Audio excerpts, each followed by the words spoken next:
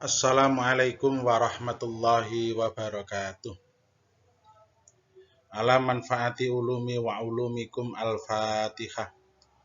A'udzu billahi minasyaitonir rajim. Bismillahirrahmanirrahim. Alhamdulillahi rabbil alamin arrahmanir rahim maliki yaumiddin iyyaka na'budu wa iyyaka nasta'in ihdinas siratal mustaqim siratal ladzina an'amta 'alaihim ghairil maghdubi 'alaihim waladdallin. Amin. Anak-anakku, kamu naik kelas 12, kelas 3. Waktu belajarmu pendek, nak. Nanti kamu bulan Maret atau April, mungkin Februari, itu sudah mulai ujian-ujian. Maka Pak Imam harap kamu lebih giat belajar, kamu lebih sregep, ya waktumu tidak selalu main HP, betul-betul kamu semangat untuk belajar. Masuk bab 1 adalah konsep usul fikih. Ini agak ya enggak panjang sih, ya biasa. Tapi memang harus kamu selesaikan pada hari ini ya. Kompetensi dasarnya: 1. Menghayati pentingnya proses pengambilan hukum melalui usul fikih. 2.1 Mengamalkan sikap rasa ingin tahu sebagai implementasi pemahaman konsep usul fikih. 3.1 Menganalisis konsep usul fikih. Praktiknya 4.1 Menyajikan hasil analisis dalam bentuk peta konsep tentang kaidah usul fikih. Indikator pencapaian kompetensi: kamu dianggap menguasai, sudah mencapai kompetensi ini apabila 1.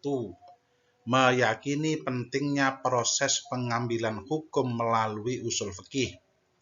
112 Mengajak orang lain meyakini pentingnya proses pengambilan hukum melalui usul fikih.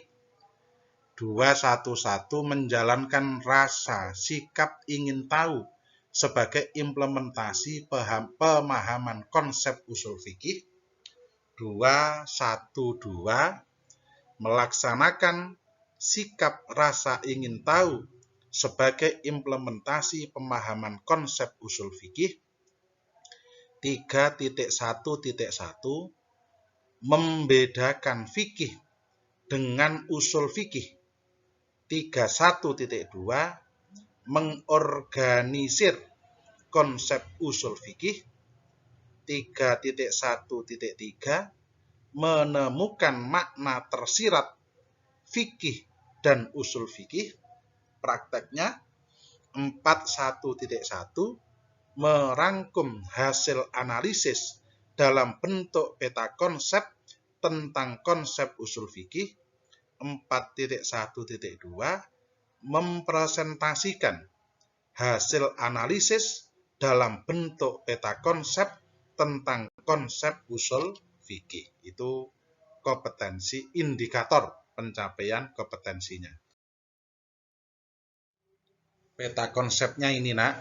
Konsep usul fikih: pengertian, objek, ruang lingkup, tujuan. Itu peta konsepnya di bab ini.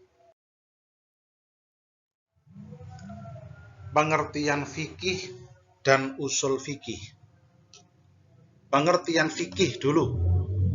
Kata fikih ditinjau dari segi bahasa berasal dari kata dasar bahasa Arab faqiha yafqahu fiqhan, yang memiliki beberapa arti, yaitu memahami secara mendalam, mengerti, dan ahli. Paham di sisi maksudnya adalah paham dan mengerti maksud yang dibicarakan. Adapun fikih ditinjau dari segi istilah. Dikutip sebagaimana pendapat Abdul Wahab Khalaf, al-fiqhu huwa majmu'atul ahkamis syar'iyyati al-amaliyati al-mustafadati min adillatiha at-tafsiliyati. Fikih adalah kumpulan ketetapan hukum syara' yang berkenaan dengan perbuatan manusia yang diambil dari dalil-dalilnya yang jelas dan terperinci. Pengertian usul fikih. Frase usul fikih ditinjau secara bahasa terdiri dari dua suku kata, yaitu usul dan fikih. Kata usul, al-usul, adalah bentuk jamak dari kata al-aslu, yang berarti sesuatu yang menjadi dasar dari landasan bagi lainnya. Adapun kata al-fiqhu, sebagaimana yang diuraikan tersebut, berarti faham atau mengerti secara mendalam. Adapun secara istilah, usul fikih sebagaimana dijelaskan oleh Muhammad Asy-Syaukani, idrakul qawaidi allati yatawassalu biha ila istimbatil hukmi asy-syar'iyyati al-far'iyyati min adillatiha at-tafsiliyati. Fungsi usul fikih adalah mengetahui kaidah-kaidah yang dapat digunakan sebagai alat untuk menggali istimbat hukum-hukum furu' dari dalil-dalilnya yang rinci dan jelas. Objek pembahasan fikih dan usul fikih. 1. Objek pembahasan ilmu fikih.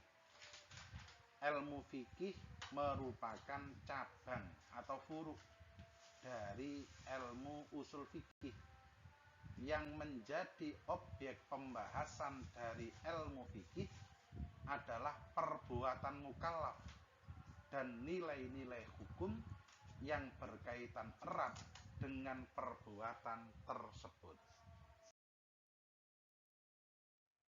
Objek pembahasan usul fikih. Objek pembahasan ilmu usul fikih adalah syariat yang bersifat kulli, menyeluruh, atau yang menyangkut dalil-dalil hukum. Baik dalil-dalil hukum itu menyangkut dalil-dalil hukum nas yang terdapat dalam Al-Quran dan Al-Hadis, maupun dalil-dalil ijtihadiyah. Ijtihadi nanti apa di bawah ada keterangannya. Dalil-dalil yang ada dalam Al-Quran dan Al-Hadis, kajiannya berkaitan dengan berbagai bentuk karakteristik lafadz nas, yaitu itu nanti usul fikihnya membahas itu. Lafadz nas dari segi bentuknya, lafadz nas dari segi cakupan maknanya, lafadz nas dari dilalahnya, lafadz nas dari segi jelas dan tidak jelasnya, macam-macam tingkatannya, lafadz nas dari segi penggunaannya, hukum syarak dalam kaitannya dengan makna hukum pembagian. Ini tadi yang dalil ijtihadiyah itu apa? Dalil-dalil ijtihadiyah itu merupakan dalil-dalil yang dirumuskan berdasarkan ijtihad ulama. Dalil-dalil tersebut seperti ijma', qiyas, istihsan, al-maslahah, al-mursalah, al-istishab, sa'duz zariyah, al-urfu, syar'u man qablana, madhab sahabi. Dibahas semua nanti, santai. Kamu harus paham dulu pokoknya ya. Kamu tahu dulu ini, nanti satu-satu akan dibahas. Tujuan mempelajari fikih dan usul fikih. Tujuan mempelajari fikih itu apa? Tujuan mempelajari fikih adalah sebagaimana yang dijelaskan oleh Abdul Wahab Khalaf adalah terkait dengan penerapan hukum syarak yang berhubungan dengan perbuatan ataupun perkataan seseorang. Itu tujuan mempelajari hukum fikih. Tujuan mempelajari usul fikih, mengingat posisi usul fikih itu sangat vital dalam hukum Islam, maka mengetahui tujuan mempelajari usul fikih itu sangat penting. Para ulama telah menyimpulkan bahwa mempelajari usul fikih sesungguhnya akan membawa seorang muslim sampai pada pemahaman tentang seluk-beluk dan proses penetapan hukum dan dalil-dalil yang melandasinya. Jadi nggak hanya tahu hukum fikihnya, tapi prosesnya juga kamu ketahui. Menganalisis pertumbuhan dan perkembangan fikih dan usul fikih.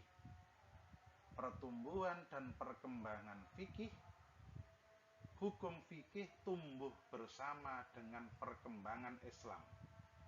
Karena agama Islam adalah kumpulan dari beberapa unsur akidah, akhlak, dan hukum atau perbuatan. Jika kita ingin mengetahui pertumbuhan dan perkembangan fikih, maka kita dapat melihatnya secara periodisasi dan tahapan-tahapannya. Pertumbuhan dan perkembangan usul fikih. Sebetulnya apabila berbicara masalah fikih, maka pada dasarnya akan terkait dengan usul fikih. Menurut Amir Syarifuddin, bahwa usul fikih itu bersamaan munculnya dengan ilmu fikih. Walaupun dalam penyusunannya, fikih dilakukan lebih dahulu dari usul fikih. Penyusunan fikih itu sebenarnya sudah dimulai langsung setelah wafatnya Rasulullah Shallallahu Alaihi Wasallam. Manfaat mempelajari usul fikih, ya banyak, cuman ini sudah 11 yang disebutkan. Menambah ilmu pengetahuan, membuka jalan untuk melakukan ijtihad, tapi yojo gembelengan, syaratnya ijtihad banyak nanti ya.